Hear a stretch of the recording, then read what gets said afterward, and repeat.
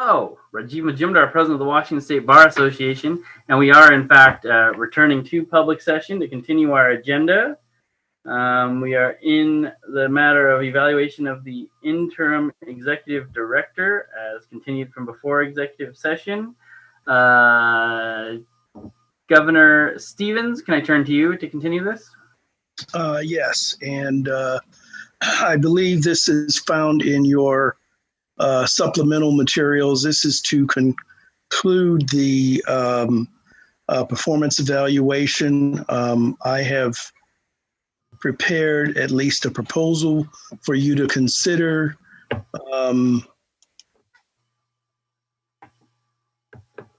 That would actually give a board rating to Tara Nevitt as interim as a rating of 4.2 and a qualitative statement exceeded expectations. Is that your motion?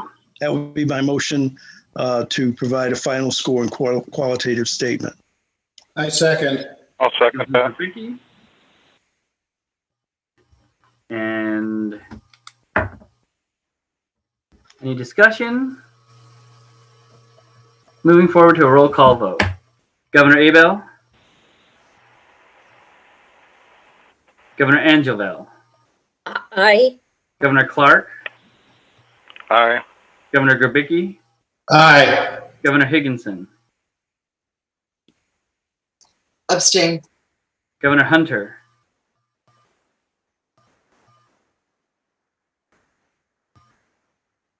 Make sure Governor Hunter's not on mute.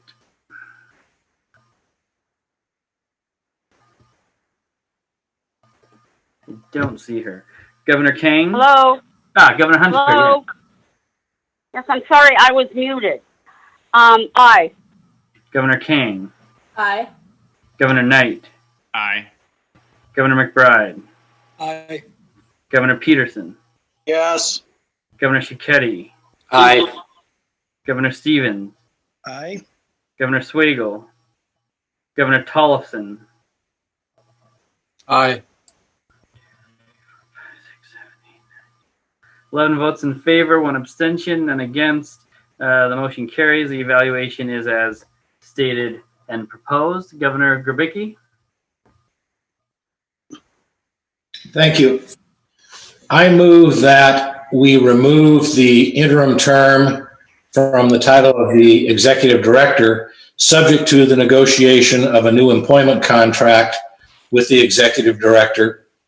The negotiation to be led by the president and the president-elect, who will report back to the board, and the board would have final approval of the new employment agreement. Second. I'll second that. Heard 2 seconds. I heard a first one, and then I recognized Hunter's voice as the second one. Who was the first one? Mine. And Sunita. Thank you. Okay. Discussion? Mr. Chair. Governor Stevens, yes. Yes. So I just want to make a note that this also comes as a recommendation from the Personnel Committee. Having said that, I just wanted to state for the record that I actually believe we are missing an opportunity that only comes around like a comet. And that is having a full and complete process to not only do a search, but actually to open the process up for any others who might come forward. I'm always troubled when we don't do that. And some people say, well, this is the only person who could possibly do this job.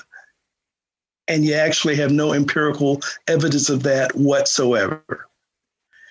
I will make my peace with this because I do believe there are a number of arguments that will be made to in fact do this. But I would urge the governors that if they proceed to approve this, that they look very, very strongly at during this process a initial fixed term to be renewable up to the 10 years that we have, and then a process to extend that. Also, I would urge the governors to have a much more robust, inclusive, WISBA-wide performance evaluation of the executive director. There were too many areas where in our somewhat closed system of just the governors and the executive management team, there were a number of areas that that people filling out the evaluation could not answer. Well, that's because the people who could answer were not a part of the process, and they should be, understanding that it would still be the governors who would do the final analysis and the final determination. So with those things, I hope in the future, that we take those in consideration. If you do this removal, that you actually negotiate a contract that will be for, 3, 4, or 5 years. That's up to you, but some term number, and that you align your performance evaluations with, or at least in integrity with then decisions whether or not you continue that person on, or you choose not to do that. So with those things, thank you very much. And I thank the Personnel Committee for all of the work they did on this. And I thank all of you governors and the executive management team for participating in the previous assessment. Governor Stevens, can I make a comment? This is Jorge Perez. Hold on, CFO Perez. Governor Higginson and Governor Tollefson, and then CFO Perez. And I'd like to get in the queue as well. And Governor Hunter.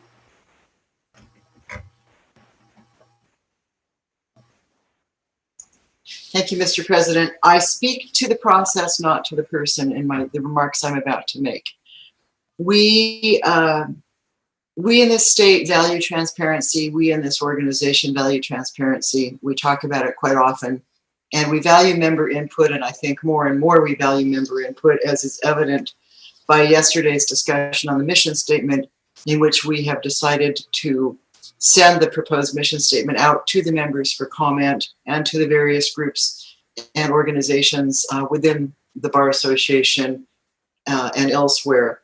And we also today voted to send the court's order on the diploma privilege out to our members and request comment from them as well on a more formal basis than I had been able to do with my own district and my own listservs that I'm on. So I say that because we are now engaging in a process of backdooring the hiring of an executive director, without making it clear to the members and the public that that's what we're intending. Governor Grabicki's motion at personnel, and I was not present at that meeting, or I would have voted against it, was to just remove the term interim from her name, thereby magically transforming her into the permanent executive director. And again, remember, I speak to the process, not to the person. That is a flawed process. That is not a transparent process. It does not feel as if it's straightforward and fair. It seems like we are trying with this motion, if it passes, to say to members, well, we care what you think about some things, but on this most important issue of who our executive director is going to be, it's not important for us to hear what you have to say. And we also do not know, as Governor Stevens indicated, who else might be out there that is competent, qualified, etc. I believe there would always be a taint with our executive director if she's hired in a backdoor manner, and that is not fair to her. She's a good person.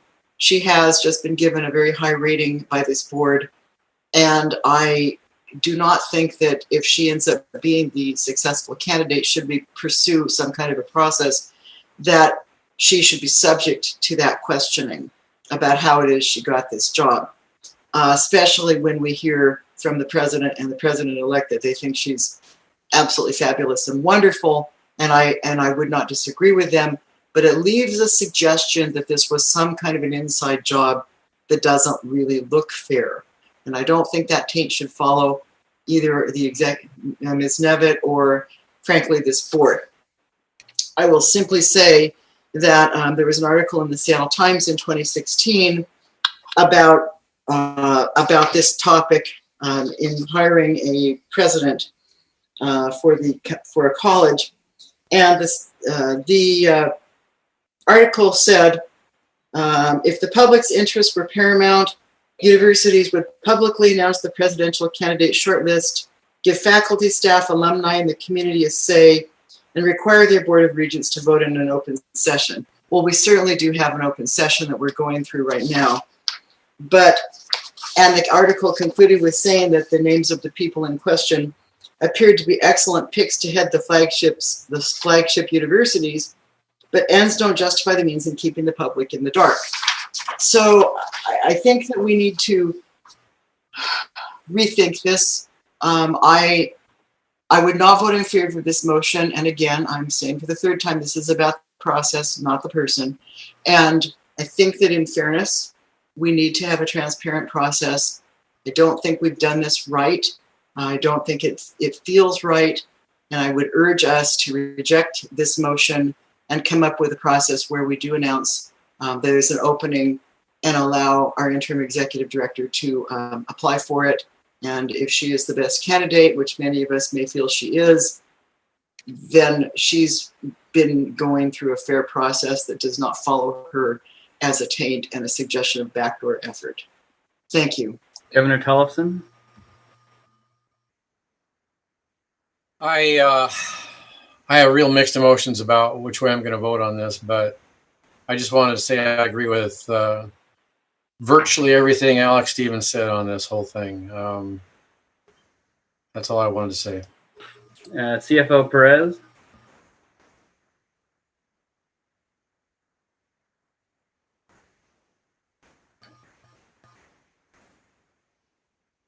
If you're talking, I don't hear you.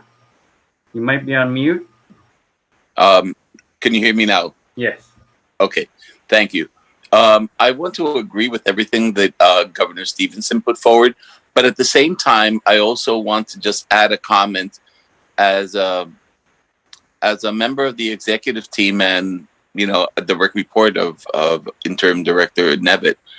I want to let the board know I have over 30 years of experience in private and public type companies being managed and having bosses. Let's put it that way. And in very few, if any, occasions, have I ever met any person, one person, that carries a significant level of empathy and understanding for an organization and her role. And I would strongly suggest that that this Board of Governors provide Tara Nevitt with the title of Executive Director.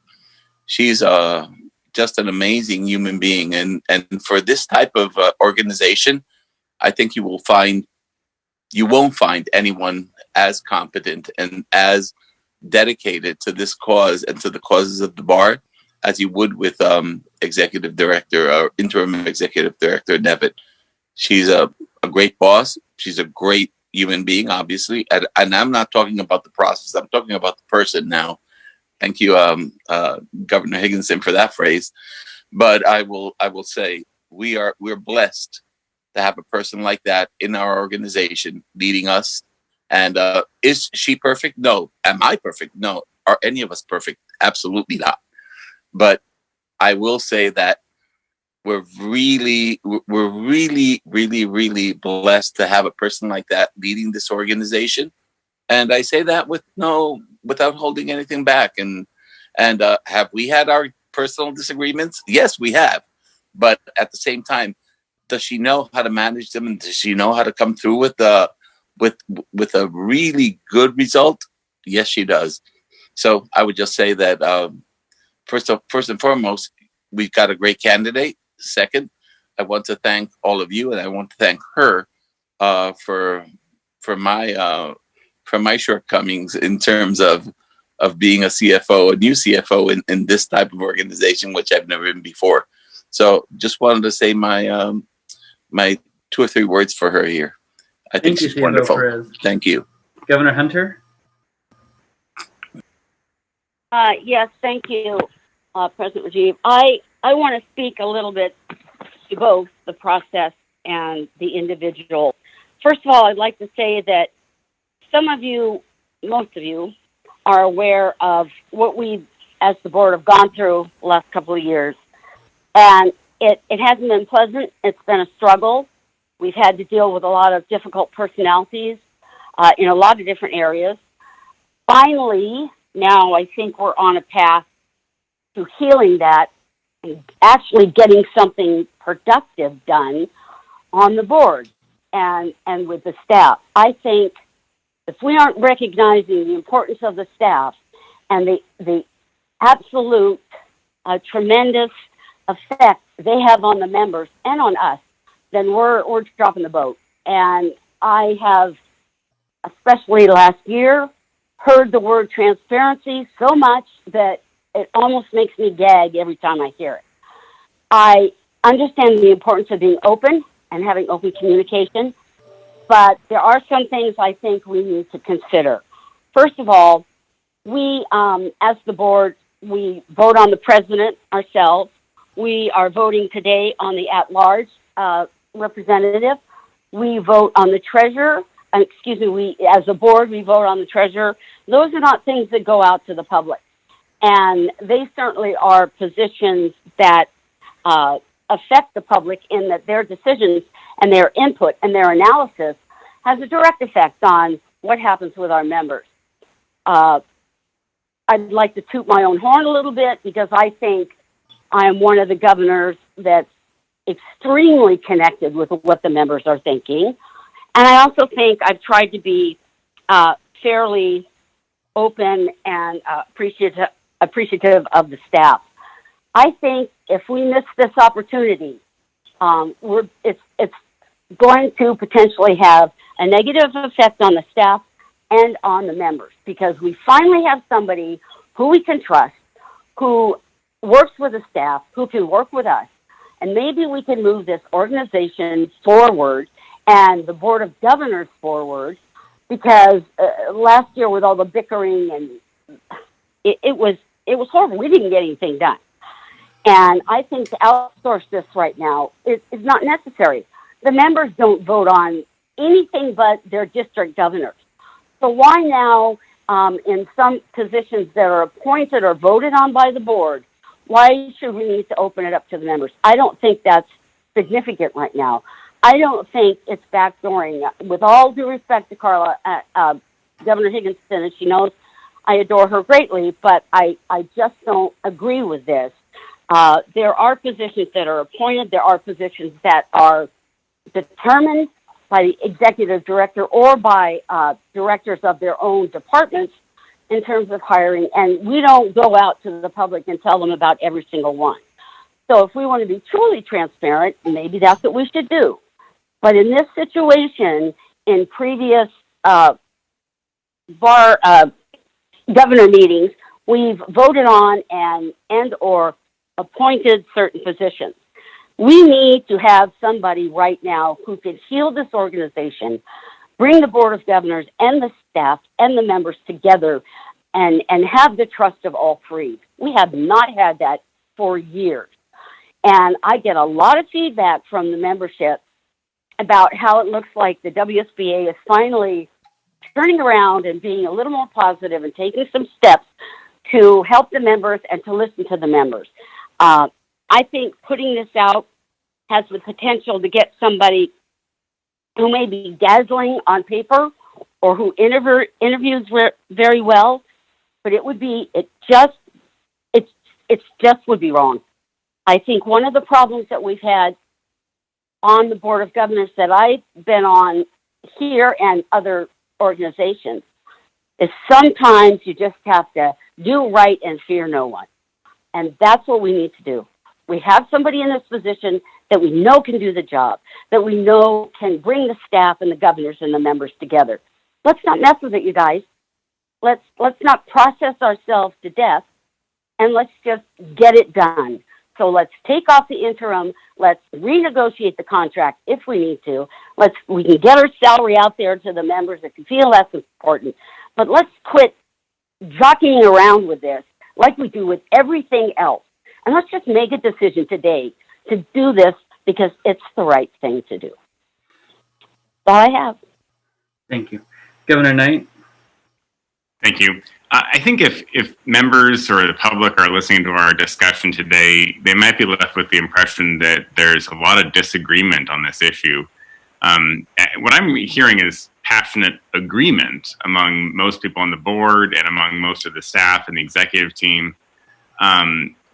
This is the easy issue today. Do we remove the word interim from the executive director's title? I think the answer is yes. We've been in a time of transition. In order to really complete the transition, we need to not be calling everyone a transitionary title. The difficult question is going to be what comes next. And that's going to be, the national search for an executive director, how long the term is. And I don't really think there should be a limit placed on it at all. But this board controls the employment of the executive director all the time. We shouldn't box ourselves into on the next step of like a specific number of years. If at some point the executive director wants to take the WSBA in a fundamentally different direction than the board, that's not a good fit for the executive director, and the board should make a change. Today, the issue is just much more straightforward. We need to have some finality. Tara Nevitz did an excellent job. I think we need to give her the credit of calling her the executive director. And I don't think that doing that necessarily is saying we want her to be the executive director for life. That's not what we're saying. What we're saying is we need to have an appropriate title that accurately reflects the work that she's doing. And so I would encourage the board to vote for this issue. And I would just remind the board that this is a little more narrow than some of the discussion that we're having. Thank you. Director Plachy? Thank you, President Majumdar. I'll be very brief. I just want to kind of echo what Governor Hunter was saying, and that is that this organization has experienced a tremendous amount of disruption over the past few years, and I understand the reasons for it. But what I want to communicate is that this organization is starving for stability, and that's really what we need right now. And I will say wholeheartedly that interim executive director Nevitt has brought that to the organization. I've managed in organizations for 20 years, and this is one of the most complex organizations. It's fairly small, but it's very complex. And Tara has a unique way of seeing and navigating through the competing priorities that go on within this organization and with our membership in a way that I can say I don't do well all the time. And she's been an extreme mentor. She's been a very positive mentor for me. And I would just encourage you to please give this organization the stability it needs and remove her interim title. Governor Higginson? Oh, I'm sorry. I'll withdraw my comment. Or I'll withdraw my hand. Rajiv, I'm sorry. I got disconnected. Am I back on now? Oh, yes. Thank you, Governor Hunter. You are here. I'm not seeing any more hands, so I'm going to proceed to a roll call vote. Governor Abel. Governor Angelville. Aye. Governor Clark. Aye. Governor Grabicki. Aye. Governor Higginson,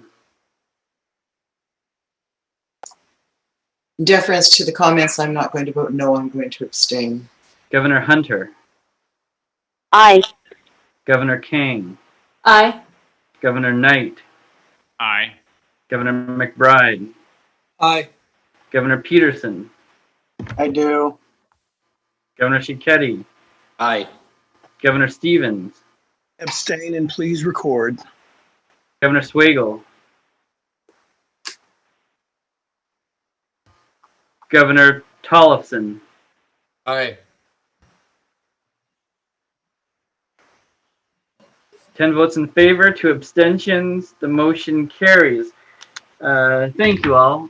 We do need to move because we have guests who have been waiting a long time. That's the CPE, and we have candidates for that large governor. But I am going to make just a brief comment. This is a great day for the organization. I first met Director Everett in 2010 when she was the executive director of volunteer lawyer program I volunteered for. Later, I was on the board, and the very first email I looked in my email box was the very first email I ever got from Director Nevitt. The very first email I got from Director Nevitt was about her concern about volunteer recognition and making sure that we were reaching out to the people doing the great work of law advocates, the volunteer lawyer program, best volunteer lawyer program in the state. That we were recognizing them for the labors they're doing and making sure people were included. And I just feel like that's the spirit she has brought here through her journey in life to the WSBA. She's very human focused, concerned about relationships and concerned about building consensus and transparency, honesty, and trust. And thank you, Director Nevitt, for that. And thank you, governors, for weighing these difficult matters. And we're going to move on right to the Committee on Professional Ethics. Then we're going to go to the elections. We're going to put transparent salary information at the end of the agenda after that, just so our guests are in place.